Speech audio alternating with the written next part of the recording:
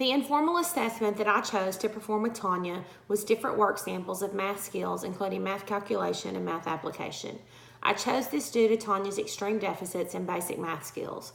I created the assessment to begin with lower level simple addition and progress to two-digit addition with regrouping. The assessment also included basic subtraction facts up to 20.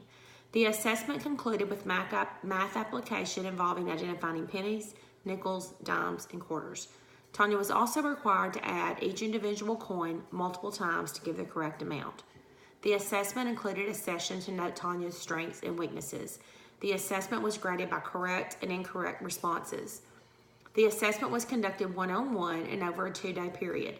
Tanya was given the option to respond orally if needed. The assessment yielded scores that supported Tanya's deficit in basic math skills. She demonstrated strengths in basic addition without regrouping, identifying all coins, and adding pennies, nickels, and dimes. She was unable to complete the two-digit addition problems with regrouping, subtraction facts up to 20, and add multiple quarters together and give the correct amount. This, again, correlated with her findings on her formal assessment. I would recommend that Tanya is instructed how to use manipulatives, such as a number line, to aid in her math calculation skills. She needs repeated drill and practice with her math application skills involving money. This is a skill that Tanya will need to function in daily life in and outside of school. I also chose to give Tanya a writing prompt to assess her written expression skills. I chose this assessment due to her extreme deficits and low scores in written expression. This prompt was scored using a writing rubric, including 5 areas to be scored. These areas included punctuation, capitalization, grammar, content ideas, and spelling. Tanya's writing sample indicated a need for improvement in in punctuation and capitalization, which once again correlated with the findings on her formal assessment. Her grammar, which included subject-verb agreement and writing complete sentences that make sense, was fair. She also scored fair in content ideas. This area was scored based on Tanya's ability to write on topics and add details. Tanya scored good in the area of spelling. She needs intense instruction in capitalization and punctuation. I felt like this assessment went fairly well. The student was very cooperative.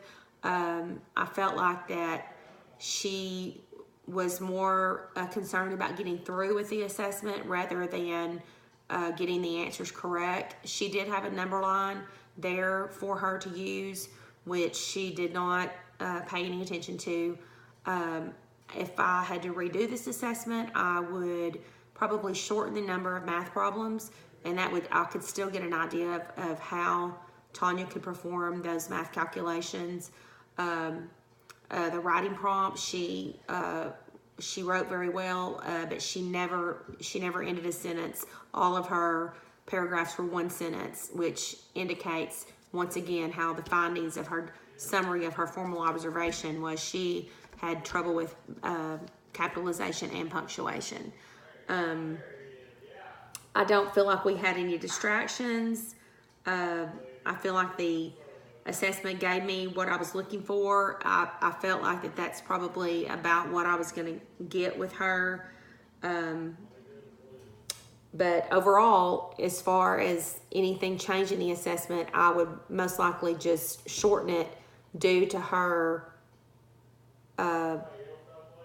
She just was in a hurry to get through with it rather than give me accurate answers. Thank you.